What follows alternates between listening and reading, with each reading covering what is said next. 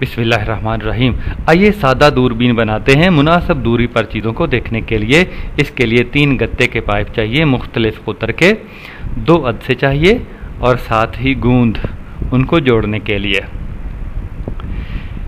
इन पाइपों की लंबाई 30 सेंटीमीटर है और एक का कुतर 6.8 सेंटीमीटर, दूसरे का 6.4 और तीसरे का 6 सेंटीमीटर।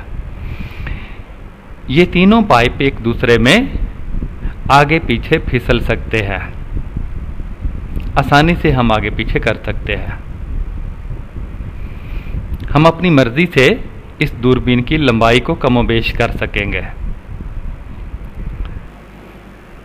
ये छोटा अदसा है, चश्मा जो आंख के करीब होगा इसका तूले मास का 4 सेंटीमीटर और कुतर 1.8 सेंटीमीटर, और ये बड़ा अदसा इसका तूले मास का 70 सेंटीमीटर और कुतर 6.7 सेंटीमीटर, ये जिस्म के करीब होगा। ये दहाने के तौर पे इस्तेमाल करेंगे। अब दोनों अदसों को आगे पीछे करके हम किसी भी चीज़ को फोकस कर सकते हैं, मुर्तकज़ कर सकते हैं।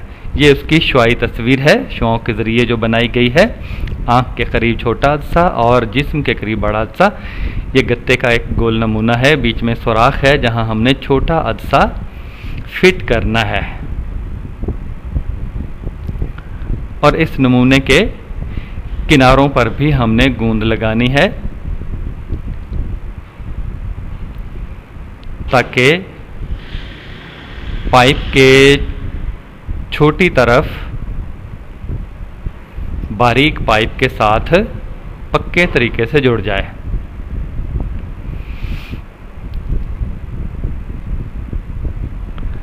और इसी तरह ये बड़ा अदसा है, मकर अदसा, दरमियान से पतला किनारों पर मोटा, दोनों मकर अदसे हैं। उसी तरह इसको मोटी तरफ जोड़ दिया, मोटे पाइप की तरफ। ये दहाने के तौर पे काम करेगा, जिस्म की तरफ होगा।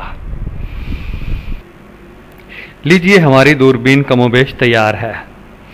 ये जब खुली होगी तो इसकी लंबाई 85 सेंटीमीटर होगी और जब इसे बंद करेंगे तो सिर्फ 30 सेंटीमीटर रह जाएगी।